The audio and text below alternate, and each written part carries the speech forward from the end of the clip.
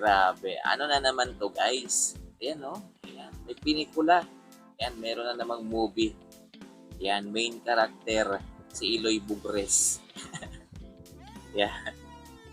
At supporting lang po sila Mama Cindy, yan Miss Kate at Odessa.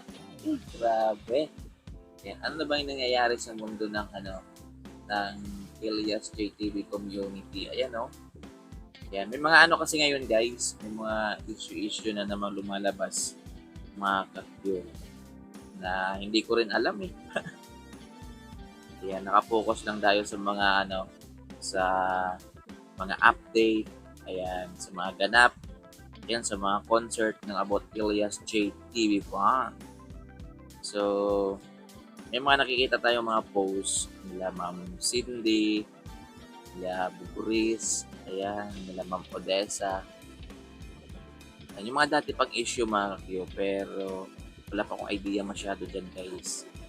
Ayan, totoo kaya to guys, itong na to, o movie, kasi post po yan ni Ma'am yan, kay Ma'am Cindy po yan sa Paddock Entertainment. Ang ganda ng pagkagawa, oh. Yan, akala ko talaga meron talaga silang pinikula na gagawin. Yan. O baka meron talaga guys. Yan, hindi ko lang alam. Yan, tingnan nyo naman napakaganda, oh. Yan, ang ganda ni Eloy Bugres dyan. Yan, si Ma'am Cindy, tingnan nyo naman, oh. Parang Judy Ann Santos lang datingan mo. Mga kyo. Si Ma'am, si Ma'am Kate, grabe, lakas ng dating ni Miss Kate dito sa picture. Tingnan nyo naman guys. So, sino kayo nag-edit nito mga kakyo? Parang talaga siya, parang thumbnail ng isang pelikula, no? Si Ma'am Odessa, tingnan nyo naman si Ma'am Odessa guys. So, grabe, napakaganda. Yan, parang parang rin, parang may dating rin, parang Judy Ann Santos din yung datingan mga kakyo. Yan, si Eloy Bugres naman, tingnan nyo naman, oh, parang yan, parang si Rina Raimundo, parang gano'n. Yan, parang yung datingan niya guys, para siyang bidang kontrabida, parang gano'n. Yan, parang hindi, parang ayaw magpa-ape, parang gano'n. Gano'n naman talaga sa totoong buhay si Eloy Bugres. Magkatotoo to, yung pelikula, unahan pa nila si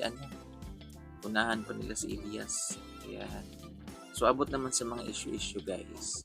Meron kasi may nakita ko abot sa sa 29M, ganyan. Tapos, may nakita pa ako, merong mga, may mga witness. Grabe, ang dami nang nangyayari na naman, mga cube, na, pag mga ganun kasi guys, mga ganung bagay, parang, hindi ako interesado, mga cube. Yan, kasi baka mawala ako sa focus ko sa mga update, yan, sa mga ganap lang. Yun lang kasi gusto ko talaga ditong may mga sinasagot tayo ng mga issue paminsan-minsan, lalo yung mga direct talagang tira kay Elias TV, kahit hindi naman sila inano ni Elias TV. So minsan sinasagot natin dito. Pero yung mga issue na yan guys, about mga 29M, parang napakadelikado yata, parang napakadelikado pakialaman, nakakaliw. Yan, so nood-nood na lang tayo guys. Maghintay-hintay na lang tayo ng mga update dyan, mga kakito. So, yun.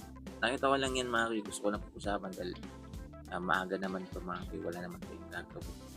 So, ingat na lang guys. God bless. Mga hindi pa nakapanood ng concert ni Elias, panoorin nyo, meron tayong dyan sa baba. Full video ng concert nila. Yan, sa Zamboanga del Sur. Panoorin nyo na lang. Subscribe na lang yung aking YouTube channel. Maraming salamat po.